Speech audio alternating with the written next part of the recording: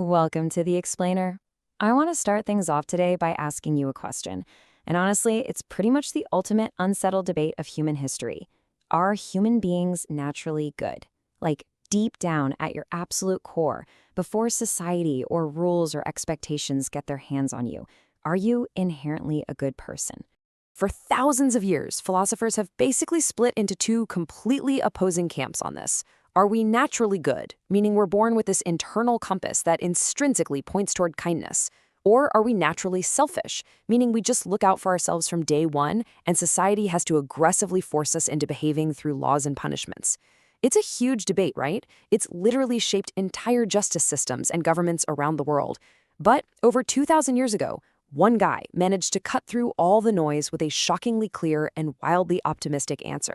His name was Mencius. He lived in ancient China, and his answer to this monumental debate was a definitive, absolute yes. Human beings are naturally good, every single one of us, no exceptions. And the most fascinating part of this whole philosophy is that he didn't think the proof was locked away in some ancient, dusty text or a complicated logical equation. He believed the ultimate proof is actually inside you, right now, just waiting to be noticed. Okay, Section 1, the ancient human debate. Let's dive right into this. To really grasp how revolutionary this idea was, and honestly still is, we kind of have to look at the chaotic world Mencius was dealing with. So he was born around 372 BC. He was actually a devoted student of the teachings of Confucius, even though Confucius had passed away about a century before he was even born. Mencius spent a huge chunk of his life just traveling from kingdom to kingdom in ancient China during a really volatile, violent era. His mission? He wanted to convince powerful, ruthless warlords to govern with kindness instead of military force. Now, as you can probably guess, most of those rulers completely ignored him. After all, kindness doesn't exactly conquer your neighbor's territory, but the philosophy he stubbornly left behind, it ended up shaping how an entire civilization viewed human nature. Moving on to Section 2, the well-thought experiment. Now, to prove that our goodness is innate, Mencius didn't use dense academic jargon or complicated texts. Instead, he used a simple thought experiment that completely bypasses your logical defenses. And I want to do this experiment with you right now. So just picture this scenario. You're going for a completely mundane walk. It's a perfectly normal, average day. You're just strolling past a deep stone water well. But then, suddenly, something goes terribly wrong. Out of the corner of your eye, you see a small child teetering right on the fragile edge of that well. They are just a fraction of a second away from falling in. Instantly, the stakes are at their absolute highest. Okay, freeze. Stop right there. What do you feel? Notice Mencius specifically points out, I'm not asking what you think. I'm not asking what you logically decide to do after taking a second to weigh your options. What do you feel in that exact split-second instant before a single rational thought even pops into your brain?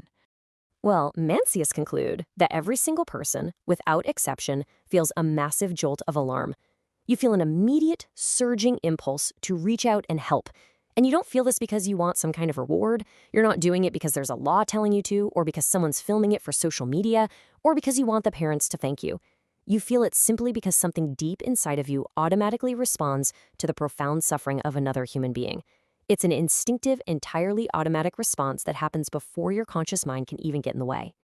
Which brings us to Section 3, the 4 seeds inside you. Mencius actually called this automatic impulse the beginning of humanity. He used that well experiment to prove that goodness isn't some heavy structure you have to painstakingly build from scratch. It's organic. It grows from 4 natural seeds that every single one of us is born with. So let's quickly walk through them. First up is compassion. That sheer jolt of panic you felt for the child at the well, that's the seed of compassion. It's your innate, totally unlearned response to the pain of others, which proves you are naturally wired for deep empathy. The second seed is shame. Now, I know we usually think of shame as this toxic, societal weapon used to keep people in line, but Mencius reframed it beautifully. He defined it as the internal, natural discomfort you feel when you betray what you inherently know is right. It's not about other people judging you. It's your own internal alarm system, basically letting you know you've stepped out of alignment with your own goodness. Seed number 3 is modesty. And actually, let me clarify. This absolutely isn't about having low self-esteem or just letting people walk all over you. Not at all. It's our natural inclination toward mutual respect. It's that underlying sense of harmony where you recognize you share this world with others and you actively respect their humanity right alongside yours. It's knowing when to step back so someone else has space. And finally, the fourth seed is moral sense. This is just the fundamental ability to distinguish right from wrong. And Mencius heavily emphasized this point. These four beginnings aren't created by your parents. You don't download them at school, and they certainly aren't legislated by your government. Society didn't invent them. They are beautifully, naturally present in every single person from the exact moment of birth. Mencius actually wrote something incredibly powerful about this. He said, if you have these four beginnings but say you cannot be virtuous, you are robbing yourself. I love that phrasing, robbing yourself. He doesn't say you're failing some impossible test. He says you are stealing something you already own. We so often think becoming a good person is this exhausting, lifelong battle against our dark, selfish nature. But Mencius flips the script entirely. Becoming a better person isn't about fighting your nature. It's about returning to it. It's about remembering who you actually are. Section 4, the barren mountain metaphor. Okay, so here is the crucial question. If we have all these beautiful seeds inside us, and we really are naturally good, why does the world look the way it does? Right? Why do people do incredibly cruel, selfish things every single day? Mencius totally anticipated this cynicism, and to answer it, he gave us the metaphor of the barren mountain. Imagine a mountain that was once covered in lush, beautiful, vibrant trees. But over time, people come along and chop the trees down with axes. Then animals come and eat all the new shoots before they can even grow. Then rain washes away the nutrient-rich topsoil. Eventually, if you walk past that mountain, it looks completely barren and dead. You'd probably just naturally assume it was always a dead, rocky place. But you see, Mencius reminds us that the potential for growth is still right there in the roots, hidden just beneath the soil. When people show cruelty, selfishness, or indifference, that is just the barren surface. People aren't fundamentally bad. They are mountains that have been cut down by their circumstances, by pain, or by environments that just completely starved them of light and water. True goodness, Mencius argued, means looking at a person and seeing those living roots beneath the barren surface. You don't excuse the harm they cause, of course not, but you approach them with compassion, deeply understanding that their natural goodness was starved out by an unforgiving environment. All right, section 5, vast flowing courage. So keeping those roots alive when the world feels like it's just hitting you with axes and rain, that requires a very specific type of strength. Which brings us to Mencius's teachings on courage. Listen to how he describes the great man. Wealth and rank cannot corrupt him. Poverty and humble station cannot make him swerve. Power and force cannot bend him. This just brilliantly illustrates a totally different kind of bravery. It's not a superhero fighting in a war. This is someone who knows exactly who they are deep down and outright refuses to trade their inner goodness for comfort or approval or safety. And this builds into what he beautifully called vast flowing courage. Near the end of his life, someone actually asked Mencius what his greatest strength was.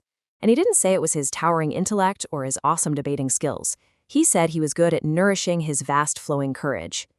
It's not aggressive, fighting bravery.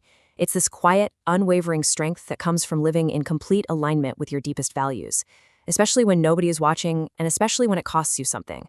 It's the profound courage to keep your own seeds watered and protected, even when the environment around you is harsh and unforgiving.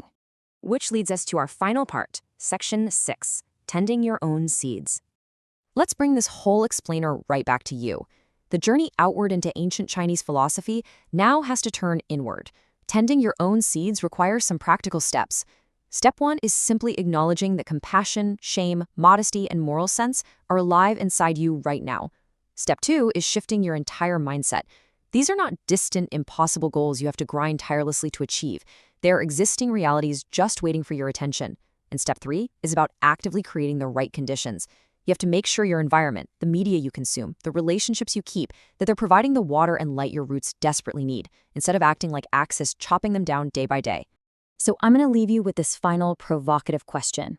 What are you actually doing today to tend your seeds? Through your everyday choices, your daily habits, the way you speak to people, are you intentionally creating conditions for your natural goodness to flourish?